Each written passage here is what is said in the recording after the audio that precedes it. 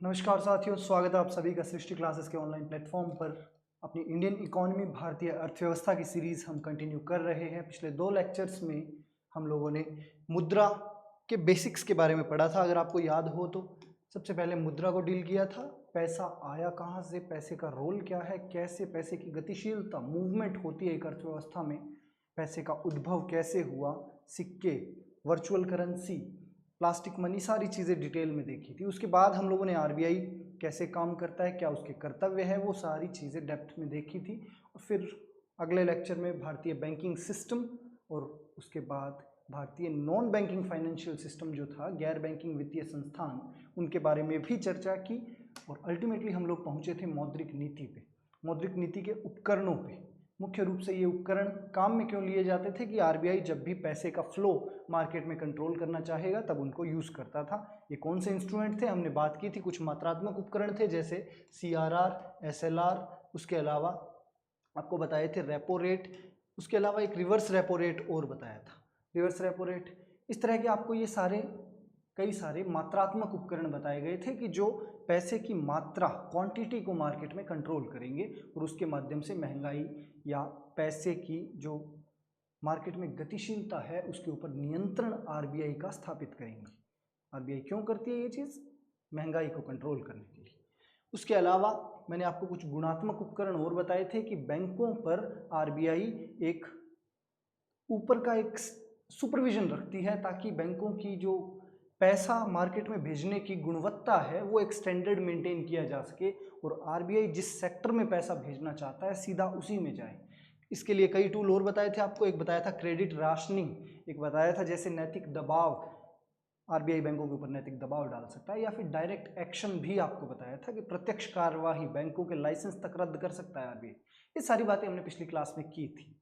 आज इस जो हमने ये लेक्चर चालू किया था मुद्रा एवं बैंकिंग या फिर बैंकिंग व मौद्रिक नीति, इसका अंतिम पार्ट है। आज ये 3 लेक्चर की सीरीज थी, इसका अंतिम पार्ट आज है। आज हम लोग जो वर्तमान में अपनी बैंकिंग स्ट्रक्चर है उसको सरकार की तरफ से कैसे कंट्रोल किया जाता है, या मॉनेटरी पॉलिसी कमिटी, जो मॉनेटरी पॉलिसी के डिसीजन है, मैंने आपको बताया ये उपकरण बताए हैं अभी तक, लेकिन इन उपकरणों को उपयोग करने का आरबीआई को अधिकार प्राप्त है, ये भी बात हमने की।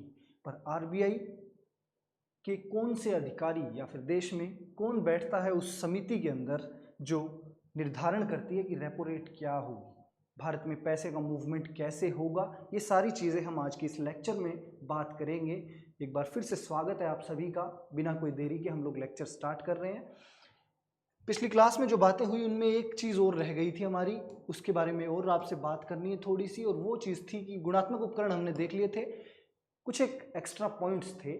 इस रेपो रेट को कहा जाता है पॉलिसी रेट, क्योंकि आरबीआई क्या करेगी, जो मॉनेटरी पॉलिसी कमेटी होती है वो आपको रेपो रेट में परिवर्तन बताएगी या उसकी दर डिसाइड कर देगी। बाकी की जो सारी और जो आपको उपकरण बताए थे जैसे रिवर्स रेपो हो, ओपन मार्केट ऑपरेशन हो, बैंक रेट हो, वो सारे के सारे इसी के अकॉर्डिंग बदलते रहते हैं। इनका एक फॉर्मूला सेट रहता है उनके साथ। तो रेपो रेट को आप याद रखिएगा। पॉलिसी रेट किसको कहा जाता है? ये रेपो रेट को कहा जाता है। और रेपो रेट क्या थी, पिछली क्लास में हमने डिटेल में बात की थी कि रेपो रेट का मतलब था वह दर जिस पर कोई भी बैंक आरबीआई से कम समय के लिए, कम अवधि के लिए उधार लेगा, बदले में गिरवी रखेगा सरकारी प्रतिभूतियां यानी गवर्नमेंट सिक्योरिटीज। गवर्नमेंट सिक्योरिटीज को उनके पास, आरबीआई के पास एक बैंक गिरवी रखेगा, बदले में 7 दिन, 14 दिन या 28 दिन के लिए अपनी सहूलियत के हिसाब से कम समय के लिए एक लोन आरबीआई से लेगा। आरबीआई इसके माध्यम से पैसे का फ्लो कंट्रोल कर जाएगी। उसके अलावा एक कॉन्सेप्ट और है, कॉल मनी। ये कॉल मनी क्या है? देखो, अभी तक जो भी मैंने कॉन्सेप्ट आपको बताए हैं उनके अंदर क्या था कि आरबीआई एक बैंक को लोन दे रहा है, पैसे की उनकी ज़रूरतें पूरी कर रहा है। लेकिन हो ये भी तो सकता है ना कि एक बैंक, मान लीजिए एसबीआई, दूसरा फर्ज कीजिए एचडीएफसी, 2 बैंक पास पास में ब्रांचेस हैं, पैसे की ज़रूरत पड़ी, ये दोनों बैंक आपस में भी तो ट्रांजैक्शन कर सकते हैं। और वो जो ट्रांजैक्शन होगा कि जिसमें एक बैंक दूसरे बैंक की, एक कमर्शियल बैंक दूसरे कमर्शियल बैंक की ज़रूरतें पूरी कर रहा है, उसके लिए जो पैसा लोन में देगा उसकी जो रेट होगी वो ये दोनों बैंक मिलके डिसाइड करेंगे। और ये जो पैसा इधर आ रहा है इसको बोला जाता है कॉल मनी, के इमीडिएट नीड्स, एकदम ज़रूरी ज़रूरतें पड़ गई अगर किसी बैंक को, तो उसके लिए पड़ोसी बैंक से या कोई भी और अन्य कमर्शियल बैंक से अगर एक बैंक डील कर रहा है तो उसके लिए ये कॉल मनी शब्द उपयोग करते हैं। इसमें आपको डेफिनेशन मैंने इसके अंदर दे दी, और आज की लेक्चर जब आप ख़त्म करोगे तो आपको अपने टेलीग्राम चैनल के ऊपर, टेलीग्राम चैनल का एड्रेस एक बार इधर वापस लिख देता हूँ मैं, किसी को कन्फ्यूजन ना रहे, सृष्टि क्लासेस नोहर, इस चैनल पर आपको इस पूरी मुद्रा और मौद्रिक नीति और बैंकिंग की जो हमारी ये लेक्चर सीरीज थी 3 लेक्चर की, इसकी PDF कंप्लीट आपको इस चैनल पे मिल जाएगी। अब वापस आते हैं इधर। ये कॉल मनी क्या है आप समझ गए होंगे कि दो बैंकों के बीच में अगर ट्रांजैक्शन हो रहा है तो वो उस चीज़ को कॉल मनी कहेंगे हम, कि कॉल पे ऑन कॉल पैसे पहुंचाए जा रहे हैं। दूसरी तरफ इसी का एक एक्सटेंडेड वर्जन ये नोटिस मनी और टर्म मनी होता है। कैसे कि अगर एक दिन के लिए पैसा उधार दिया गया था तो उसको हमने बोला कॉल मनी। अगर एक दिन के लिए एक बैंक ने दूसरे बैंक को पैसा उधार दिया तो उसको हम बोलते हैं कॉल मनी। और अगर ये 2 दिन से 14 दिन के लिए अगर ये पैसा उधार दिया जा रहा है तो इसको बोला जाता है नोटिस मनी, नोटिस मनी। और तीसरा जो आपके सामने लिखा हुआ है, ये लिखा हुआ है टर्म मनी। टर्म मनी क्या होती है कि 14 दिन से अधिक की अवधि के लिए अगर 2 बैंक आपस में उधार का ट्रांजैक्शन करते हैं तो उसको कहा जाता है टर्म मनी। सिंपल चीज़ें, कॉल मनी 1 दिन के लिए, 14 दिन के लिए अगर होगी तो नोटिस मनी, और 2 से 14 दिन के लिए होगी तो नोटिस मनी, और 14 से अधिक दिन के लिए होगी तो उसे हम कहेंगे टर्म मनी। तो ये आपके लिए बैंकों में जो 2 बैंक जो है आपस में डील करेंगे तो उसकी रेट ये इस तरह से कॉल मनी बोलेंगे उसको। रेट जो होंगे वो ये बैंक खुद डिसाइड करेंगे। इंटरेस्ट रेट संबंधित बैंक द्वारा निर्धारित की जाती है। अभी तक हम जो repo rate, reverse repo rate वगैरह देख रहे थे वो RBI निर्धारित कर रहा था, लेकिन अब ये काम कौन करेंगे? अगर 2 बैंक हैं तो वो दोनों बैंक आपस में खुद करेंगे। आगे इसके अलावा एक और कॉन्सेप्ट आपको अब हम लोग थोड़ा सा डेप्थ में जा रहे हैं। आज ये पिछले लेक्चर से ही हमने देखा था। और उसके अलावा मौद्रिक नीति समिति, मॉनेटरी पॉलिसी कमिटी, हमने एक बात की थी पिछली क्लास में कि मॉनेटरी पॉलिसी या मौद्रिक नीति के उपकरण क्या थे। आज हम लोग बात कर रहे हैं कि मौद्रिक नीति के उपकरण को यूज जब RBI करेगी तो RBI का स्ट्रक्चर किस तरह का है, कि RBI किस तरह से इनको यूज करती है। इसके लिए मेनली मैंने आपको बताया था ये पहले भी कि RBI एक्ट 1934 है जिसके अंदर RBI को बहुत सारे अधिकार प्राप्त होते हैं, और इसी एक्ट में संशोधन के द्वारा RBI को ये अधिकार मिला है कि मौद्रिक नीति समिति का एक गठन किया जाएगा और समिति की बैठक की अध्यक्षता रिजर्व बैंक का गवर्नर करेगा। तो आपको सिंपल चीज याद क्या रखनी है, MPC यानी मॉनेटरी पॉलिसी कमिटी, इसका अध्यक्ष कौन होगा? ये अध्यक्ष होता है गवर्नर। कौन सा गवर्नर? RBI का गवर्नर। मुंबई में हेड ऑफिस है इनका, हमने पहले भी बात की है, मुंबई मुख्यालय। और RBI का जो गवर्नर होगा वो इस मॉनेटरी पॉलिसी कमिटी की अध्यक्षता करेगा। RBI बैंक का जो ये एक्ट था, RBI का जो एक्ट था, RBI एक्ट 1934, इसके अंदर संशोधन किया गया था 2016 में, और उस 2016 के संशोधन द्वारा इस मॉनेटरी पॉलिसी कमिटी को एक तरह से स्ट्रीमलाइन कर दिया गया। इनको संस्थागत रूप से एकदम जवाबदेही इनकी तय हुई, इनके काम करने का एक स्ट्रक्चर वेल डिफाइंड हमें मिला। वो स्ट्रक्चर क्या है उसके बारे में आगे बात करेंगे। तो आपको 2 चीज़ें इस चीज़ से याद रखनी है इस जगह से। पहली कि मॉनेटरी पॉलिसी कमिटी की अध्यक्षता करेगा RBI गवर्नर। ये अधिकार कहाँ से प्राप्त हो रहा है? RBI एक्ट से प्राप्त हो रहा है सीधे। और दूसरी बात, ये RBI एक्ट का अमेंडमेंट ओरिजिनली 1934 में आया था। ये जो मॉनेटरी पॉलिसी वाले प्रावधान हैं, मॉनेटरी पॉलिसी कमिटी वाले, ये प्रावधान 2016 के संशोधन द्वारा इस एक्ट में किए गए हैं। तो याद रखने की बातें क्या है? 2016 याद रखिएगा आप कि 2016 में मुख्य संशोधन हुए हैं मॉनेटरी पॉलिसी कमिटी के लिए। और इसमें अब आपको सिंपल वो जो एक्ट की मुख्य लाइनें हैं वो आपको आपके सामने दिख रही है स्क्रीन पे।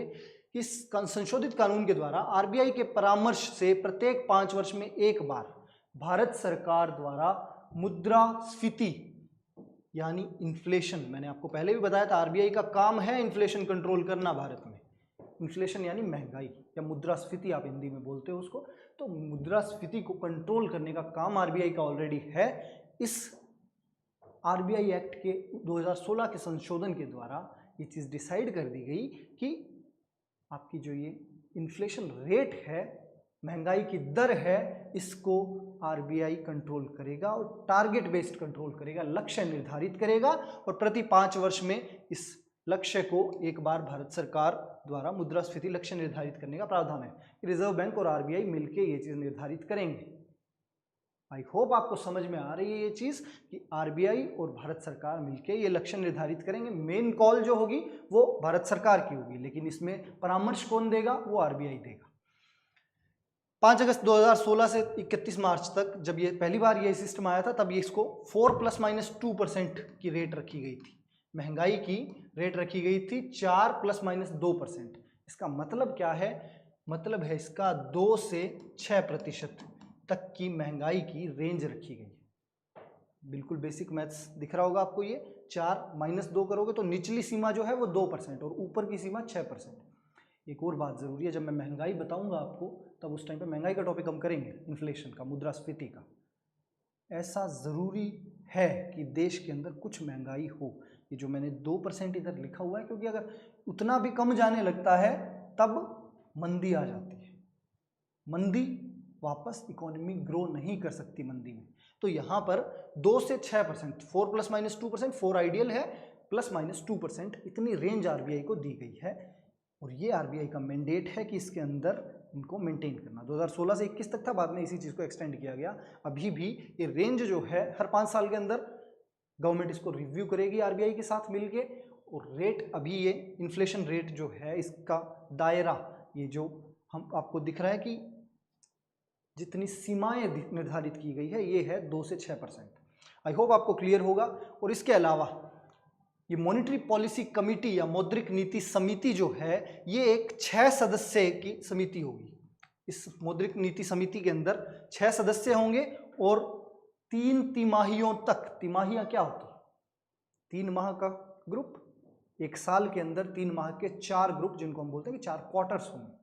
ये थोड़ी सी इकोनॉमिक लैंग्वेज रहती है। कभी भी आप किसी भी कंपनीज के जो मुनाफे की ये बैलेंस शीट्स वगैरह डिक्लेयर करते हैं तो वो क्वार्टर वाइज डिक्लेयर करते हैं। अगर आप ढंग के न्यूज़पेपर्स, इंडियन एक्सप्रेस या हिंदू या से टाइम्स ऑफ इंडिया कुछ हद तक पढ़ रहे हो तो उनके अंदर आपको ये एक इकोनॉमी का पेज मिलेगा। उनमें मोर और लेस 1 या 2 दिन में आपको किसी न किसी कंपनी के इस तरह के क्वार्टर वाइज डेटा मिलेंगे।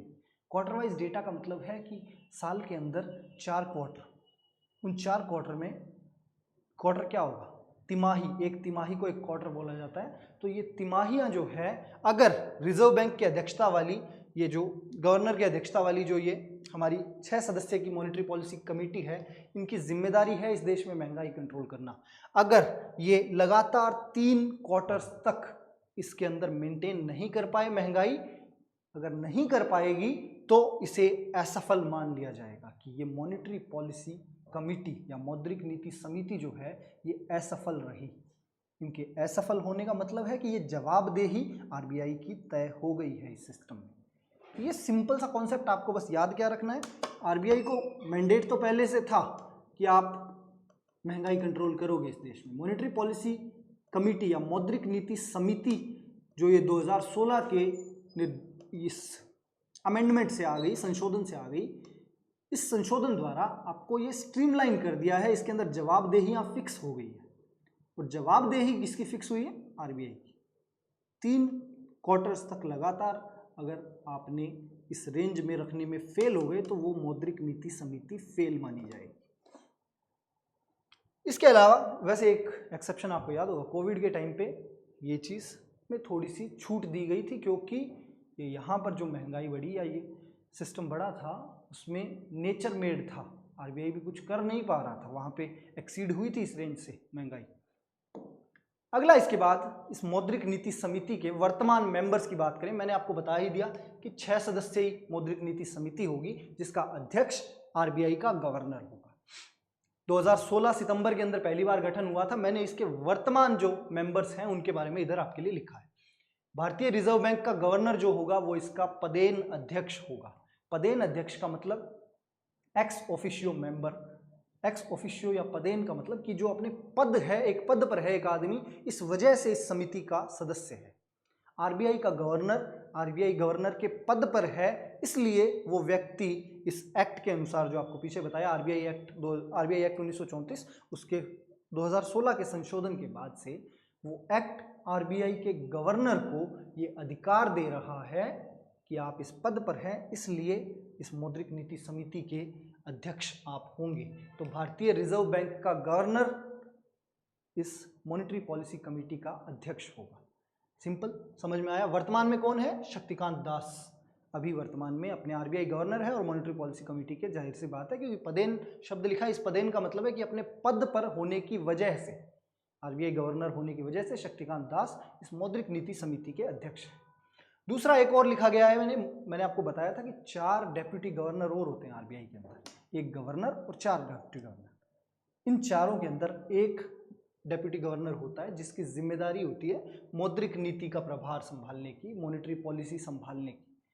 तो उस उप गवर्नर को भारतीय रिजर्व बैंक का ही उप गवर्नर, एक गवर्नर होता है और 4 उप गवर्नर आपको बताए थे, तो उस उप गवर्नर को भी इस कमेटी में शामिल किया जाता है। वो भी वापस अपने पद की वजह से है, क्योंकि आरबीआई के सिस्टम के अंदर, आरबीआई की संरचना के अंदर उस आदमी का पद है उप गवर्नर का, और वो उप गवर्नर होने के नाते इस मौद्रिक नीति समिति का एक पार्ट है। वर्तमान में ये आदमी है माइकल देवपात्रा।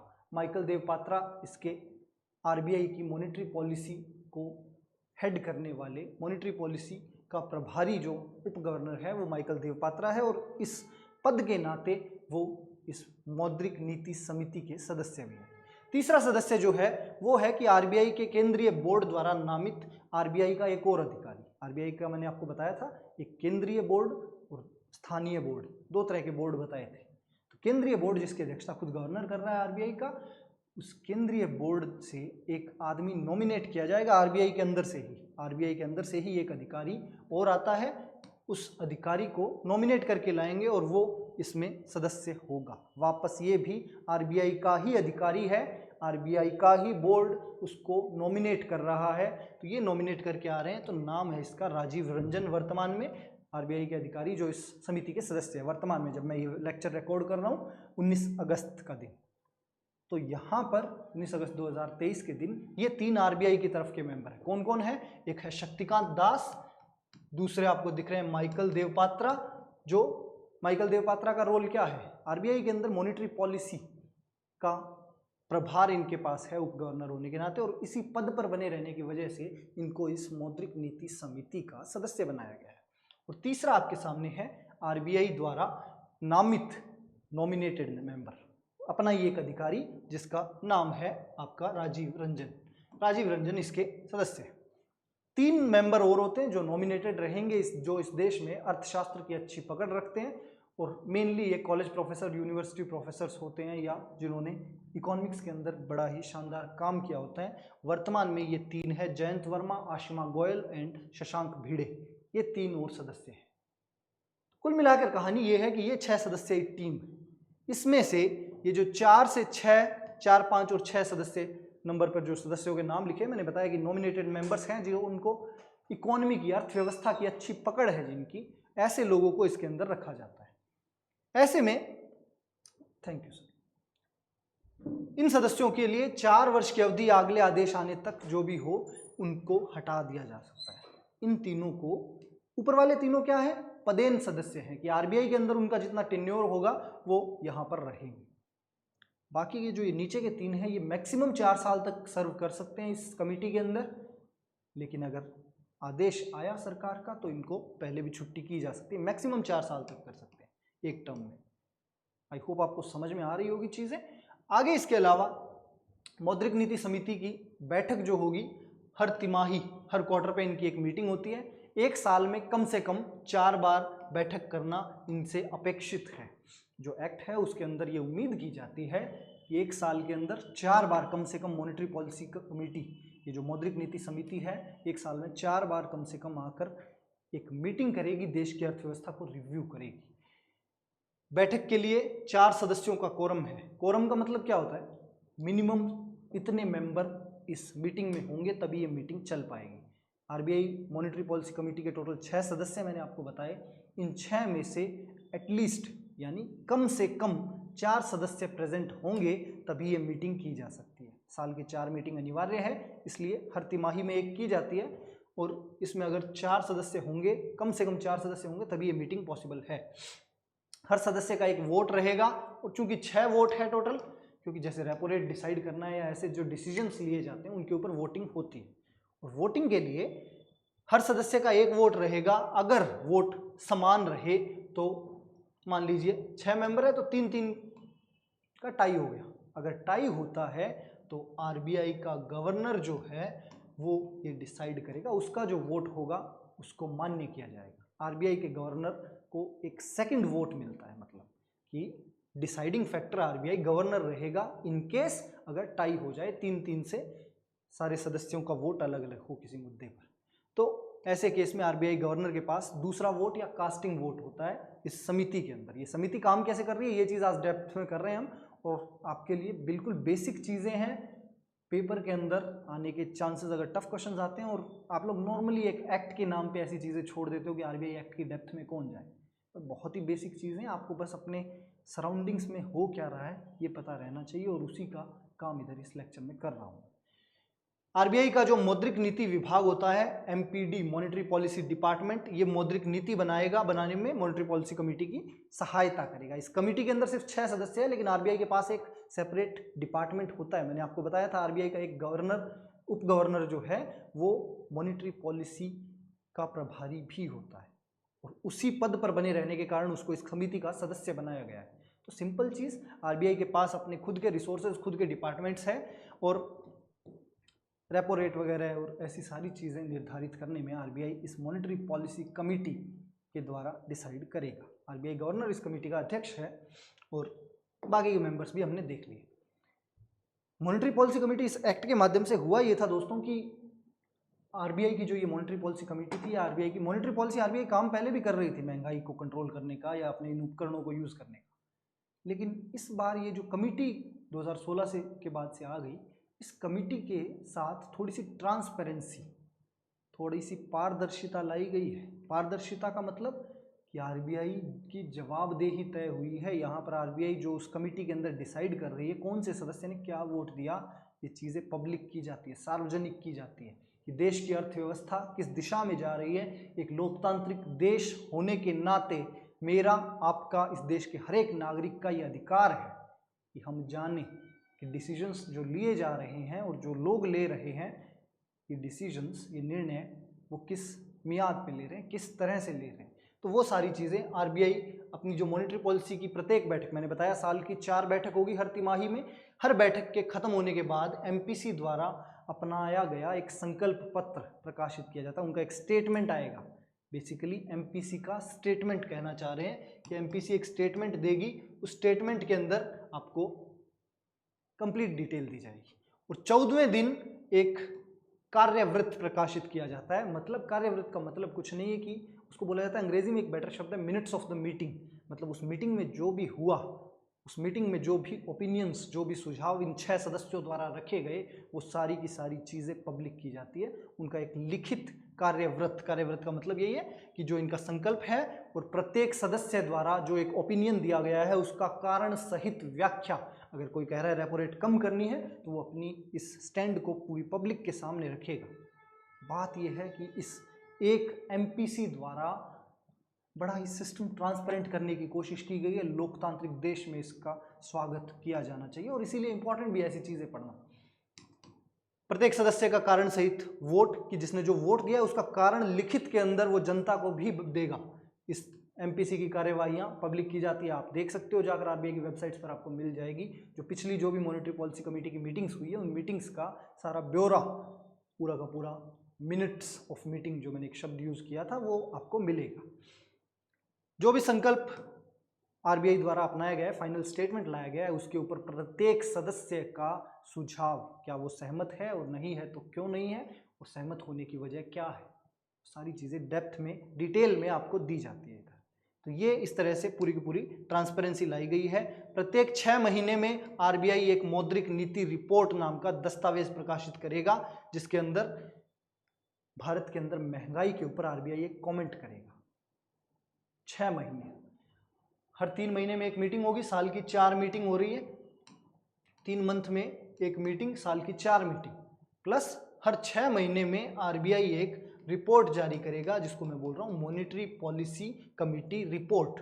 इस monetary policy committee report, monetary policy report के अंदर आरबीआई महंगाई अगर है तो उसके कारण क्या है, आरबीआई इसको काउंटर करने के लिए क्या कर रहा है वो अपना प्लान बताएगा और अगले 6 से 18 महीने तक के लिए महंगाई क्या रह सकती है उसका पूर्वानुमान देगा। ये सारी चीजें हमने मॉनेटरी पॉलिसी कमेटी के बारे में देखी। अब एक इंटरेस्टिंग टॉपिक, बेसिल मानदंड। ये बेसिल क्या है? BECIL bank for international settlement, BIS, Switzerland में स्थित यह बैंक है। इंटरनेशनली, अंतर्राष्ट्रीय स्तर पर बैंकों की गुणवत्ता निर्धारित करने के लिए कुछ स्टैंडर्ड्स डिसाइड करता है जिससे बैंक सेफली काम कर पाए, जनता के लिए काम कर पाए और स्थायित्व से काम कर पाए। आपको ये बेसिल मानदंड न्यूज़ में थे, इस वजह से ये चीज़, अब इकोनॉमी से संबंधित चैप्टर कर रहे हो आप, एक खास बात है इकोनॉमी, अगर आपको बेसिक्स पढ़ने हो, कॉन्सेप्ट्स की बात हो, जैसे मैंने ये टूल्स बताए पीछे आपको, कॉन्सेप्ट्स आपको सारे के सारे 11th और 12th क्लास की NCERT में मिल जाएंगे। पेपर के लिए जितना बेसिक कॉन्सेप्ट आपको इकोनॉमी का चाहिए, 11th और 12th क्लास की NCERT बहुत ज़्यादा अच्छी NCERTs हैं। अगर आपकी डिमांड रही तो वो NCERTs चैप्टर वाइज चैप्टर इधर डिस्कस करी जाएगी। अगर आप लोग कमेंट को चाहते हैं ऐसा तो कमेंट सेक्शन में टाइप करिएगा, हम लोग अरेंज करेंगे। लेकिन वो इनफ नहीं है आपके पेपर के लिए, 70% तक ठीक है, लेकिन इकोनॉमी एक करंट सब्जेक्ट है कि जो वर्तमान में चीज़ें हो रही है आपको उनमें ध्यान रखना पड़ेगा। ये बेसिल मानदंड जैसी चीज़ें आपको उन किताबों में उनमें नहीं मिलेगी, लेकिन दुनिया में अभी हो रही है क्या ये कि आरबीआई को भी कोई एक इंटरनेशनल बॉडी जो है वो कुछ सुझाव दे रही है, आरबीआई मानती भी है, क्योंकि बैंकों की हेल्थ एक अर्थव्यवस्था में बड़ी इंपॉर्टेंट है। कि बैंकों की हेल्थ कैसे डिसाइड होती है कि बैंक जितना लोन में पैसा दे रहे हैं, अगर कोई माल्या जैसे लोग खाकर भाग भी जाए तो भी वो बैंक फेल नहीं हो। एक बात ध्यान रखिएगा, विजय माल्या का एग्जाम्पल जो मैंने लिया, विजय माल्या या नीरव मोदी या ऐसे कई सारे भारत के अंदर हमारे सामने एग्जाम्पल है जिनसे बैंकों का पैसा बाहर चला गया, कि वेस्ट हो गया हम लोग बोल रहे हैं, लेकिन फिर भी वो क्या बैंक वो आज भी खड़े हैं, बिल्कुल खड़े हैं। और यही एक कारण है क्योंकि बैंकों के पास इसके लिए होती है प्रोविजनिंग। प्रोविजनिंग का मतलब है कि बैंक ऐसी स्थितियों के लिए तैयार रहते हैं। तो ऐसी स्थितियों के लिए तैयार रहने के लिए बैंक को क्या करना है, ये मानदंड कौन देता है, ये बेसिल मानदंड कहलाते हैं। ये बेसिल मानदंड देता कौन है, आपको नाम याद रखना है, स्विट्जरलैंड का bank for international settlement. Bank for international settlement बैंकों की को वित्तीय जोखिमों से बचाने के लिए ये देता है। 1974 में पहली बार बेसिल समिति का गठन किया गया था, वापस इसी दुनिया के सबसे प्रमुख बैंकों में से एक है बैंक फॉर इंटरनेशनल सेटलमेंट। इसके द्वारा एक कमेटी बनाई गई जिसने ये रेकमेंड किए बेसिल मानदंड। तो बेसिल मानदंड क्या है, बस आपको सिंपल चीज़ें, करंट का इशू है इसलिए आपको लिखवा दिया, करंट का तो नहीं है पर ये बेसिल मानदंड बैंकों को करंटली रेगुलेट करने में सबसे अहम भूमिका निभाते हैं। 1974 में बन गई थी, पर आज तक इनके द्वारा दिए गए जो रिकमेंडेशंस है, अलग अलग कमेटी बार बार आती रहती है, बेसिल मानदंड बार बार अपडेट होते रहे हैं। 1988 के अंदर पहली बार बेसिल 1 मानक आए थे, बेसिल 1 स्टैंडर्ड्स आए थे, जिनके द्वारा बैंकों के ऋण के जोखिम को, अब ये जोखिम ही तो है कि किसको आप लोन दे रहे हो, अगर उस आदमी का पहले का ट्रैक रिकॉर्ड है ऐसा कि उसने वापसी नहीं किया लोन की, क्या SBI अब वापस देगा विजय माल्या अगर वापस अप्लाई करेगा उन लोन्स के लिए? नहीं देगा, क्योंकि एब्सकॉन्डर है तो भारत से। एब्सकॉन्डर का मतलब भारत से भगोड़ा हो गए हैं, यूके में शरण लेके बैठे हैं। तो ऐसे केस में अपने को अभी पता है, ये क्रेडिट रिस्क बोला जाता है, और इन क्रेडिट रिस्क को, ये तो हो गया पॉलिटिकल मूव, लेकिन उसके अलावा एक अर्थव्यवस्था भी तो नुकसान में है उसकी वजह से, और उस अर्थव्यवस्था को संभालने के लिए ये बेसिल मानदंड है कि बैंक ऐसा क्या करे कि बाई चांस फ्यूचर के अंदर अगर ऐसी सिचुएशन आए भी, या पहले भी आई है, तो उनसे संभल पाए। 2004 के अंदर बेसिल द्वितीय मानक आए, 1988 में बेसिल प्रथम आए थे और 2004 के अंदर बेसिल द्वितीय मानक आए। वापस वही विषय वही है कि बैंकों को वित्तीय जोखिमों से निपटने के लिए ये आए थे, आप इतनी चीज़ें याद रखोगे। लेटेस्ट 2010 में भी बेसिल थर्ड नॉर्म्स आ गए हैं, 2010 में आए थे ये बेसिल के तृतीय नॉर्म्स, और इनके अंदर भी वापस वही रेगुलेटरी फ्रेमवर्क आया था। बैंकों के पास कितनी पर्याप्त पूंजी एक्स्ट्रा होनी चाहिए कि अगर बाई चांस, अब देखो हो ये रहा है, बैंक फेल कैसे होते हैं कि बैंकों काम कैसे करते हैं वो आपको मैंने बताया। एक आदमी से मैंने सेविंग्स अकाउंट खुलाया, मेरे जैसे और लोगों ने खुलाया, हमारा सारों का पैसा बैंक में पड़ा है, बैंक मेरे को 2% दे रहा है। दूसरी तरफ विजय माल्या साहब आए, उन्होंने बोला कि मेरे को किंगफिशर की एक और फैक्ट्री लगानी है, या मेरे को एक एयरलाइंस बिजनेस को एक्सपेंड करना है अपने एक दूसरे देश में, मेरे को चाहिए बहुत सारा पैसा। करोड़ों का लोन उठाएंगे और अपनी एक फ्यूचर शीट दिखाएंगे कि इतना मैं प्रॉफिट कमा के आपका ये लोन ऐसे प्रिपेयर करूँगा, पे करूँगा। और कुल मिला के कहानी ये है कि ये बैंक जो है ये इसको लोन दे देगा। मान लीजिए कुछ भी दिया, कितने भी करोड़ों का लोन दिया, लेकिन उसको अगर 2% पे मेरा इंटरेस्ट रेट इसने उठाया था, इनको 7, 8, 10% पे ये लोन देगा। बीच का मार्जिन इस बैंक का रहेगा, ये बैंक का एसेट है ये लोन। लेकिन वो पैसा कहाँ से आया था? ये पैसा इधर का ही था। अब अगर ये बैंक फेल होता है या विजय माल्या फेल हो गया कि विजय माल्या ने वो पैसा वापस लोन के रूप में नहीं दिया, जब वो ये नहीं देगा तब बैंक ने तो पैसा इन सेविंग्स बैंक अकाउंट वालों का उसको दिया हुआ था, तब बैंक की हालत क्या होगी? तब वो बैंक फेल होगा।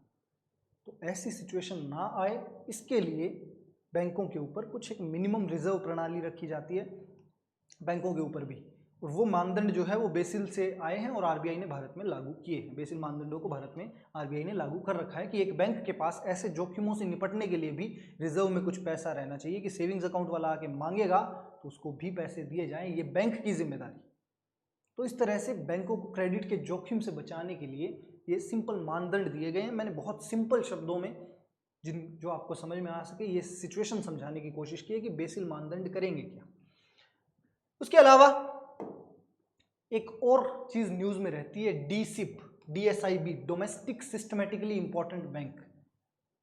डोमेस्टिक यानी घरेलू, और इस पूरे तंत्र के लिए जो महत्वपूर्ण बैंक है उनको ये शब्द अंग्रेजी का शब्द है ये DSIB, domestic systemically important bank. Systemically important bank का मतलब ये है कि ये वो बैंक जो अगर फेल हो गए तो पूरा का पूरा सिस्टम खत्म हो जाएगा। बैंकिंग सिस्टम पूरा का पूरा, एक अर्थव्यवस्था का इकोनॉमिक सिस्टम नुकसान में आ सकता है। हर देश के लिए ऐसे कुछ बड़े बैंक होंगे। भारत में एग्जांपल है अपना SBI, तो आरबीआई इनको डीसिप्स को डिक्लेयर करता है भारत में। क्यों करता है? क्योंकि इनका फेल होना भारत के लिए बहुत ज़्यादा नुकसानदेह हो सकता है। तो ये वो बैंक है जो कभी फेल होने नहीं चाहिए, इसलिए आरबीआई इनको स्पेशल हेल्प भी करेगा, या इन बैंक्स को स्पेशल प्रोविजंस रखने पड़ेंगे, स्पेशल तैयारी करके रखनी पड़ेगी कि ये किसी भी सिचुएशन में ये बैंक फेल नहीं हो सकते। वर्तमान में ऐसे 3 बैंक है जो सबसे ज़्यादा बिजनेस करते हैं, उन बैंक्स को इसमें इंक्लूड किया जाता है, या सबसे ज़्यादा लोगों से जुड़े हुए हैं।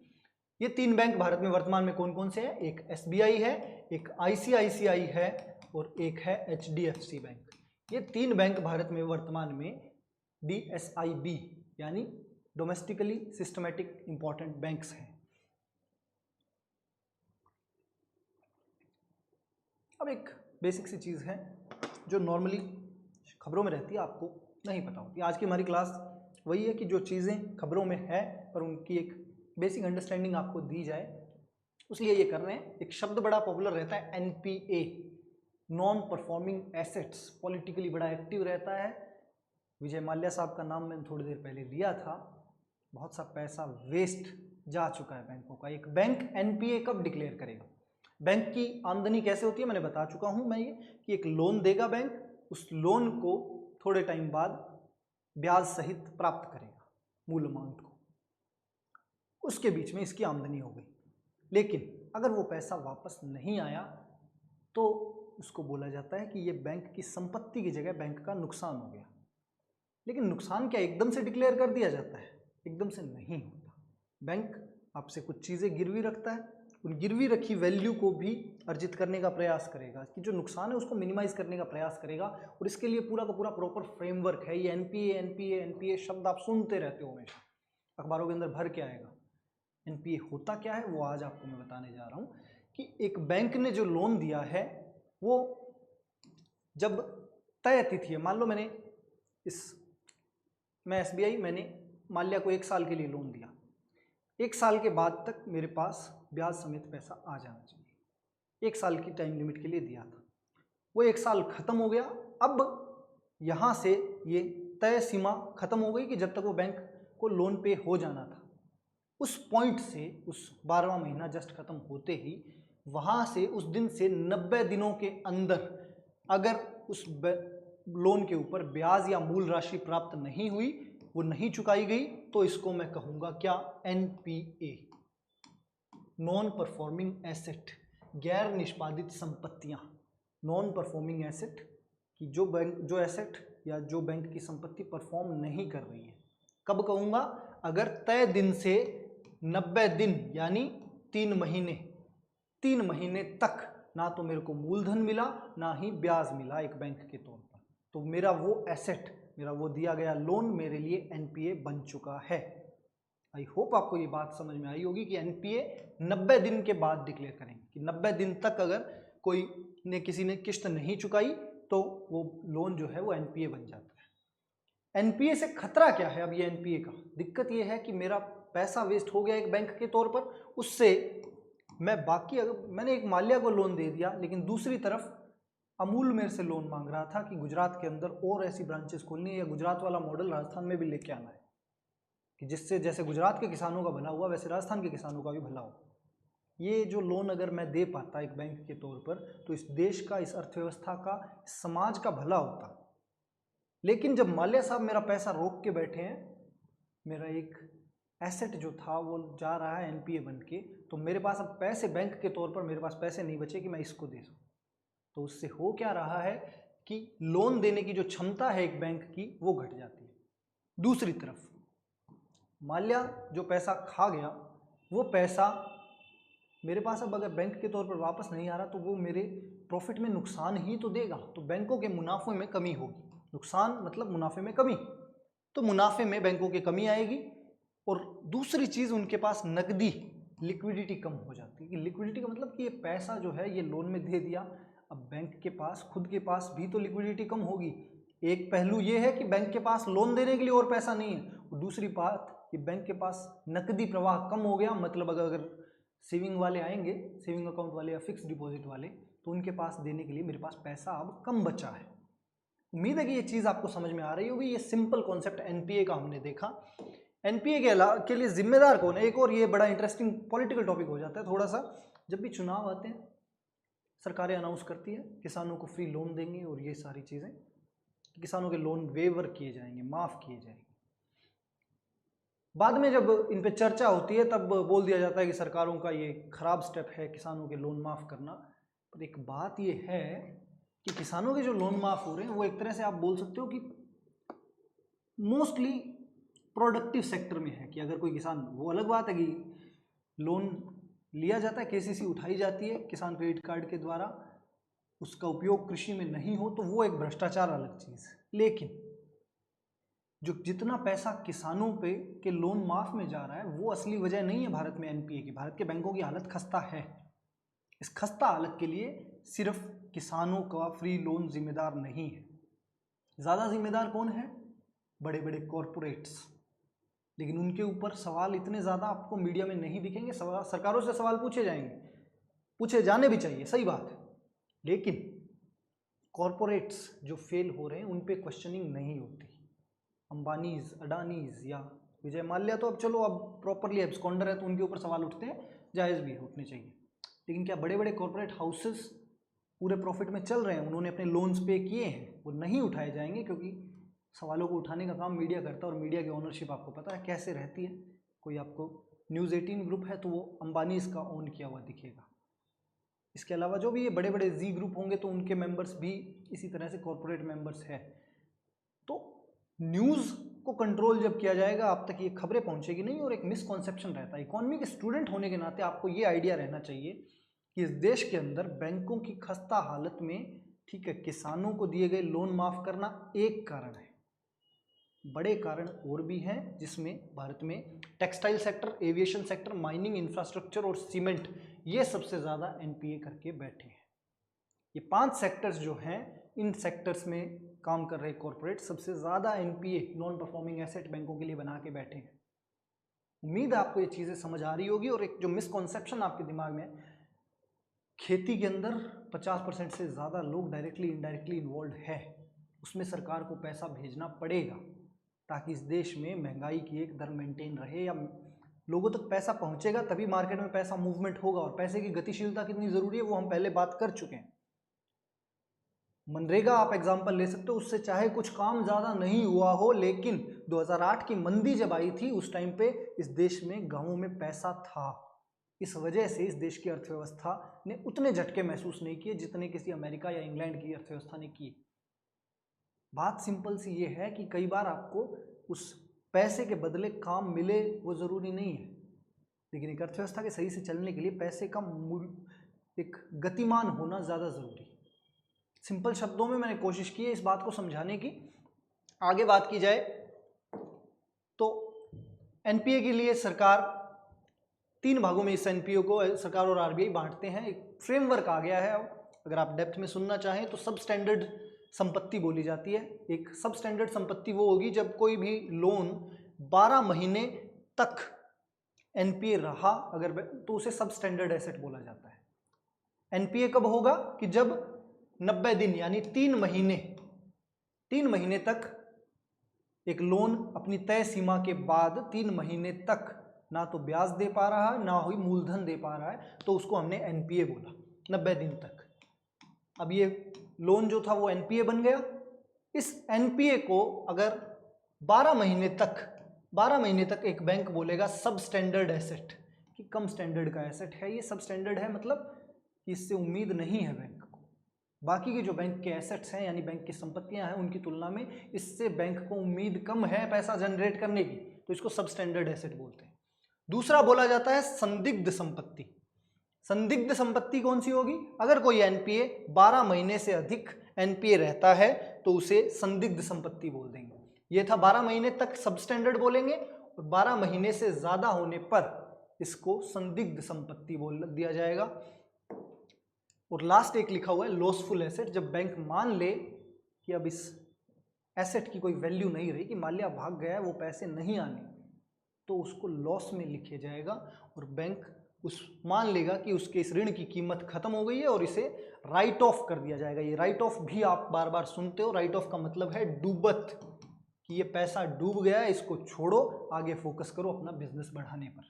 तो 3 तरह के प्रोविजन आपको बताएगी। एनपीए तो हो गया 90 दिन तक, अगर पैसा नहीं आया, ब्याज भी नहीं आया, तो वो एनपीए हो गया। लेकिन एनपीए के बाद अब उससे डील कैसे करें? ऐसा नहीं है कि एनपीए हो गया होते ही उसको एकदम बैंक मान ले कि पैसा नहीं आएगा। बैंक कोशिश करेगा, लेकिन उसके लिए उसकी वर्डिंग्स अलग अलग होगी। एक बोला मैंने सब स्टैंडर्ड एसेट्स।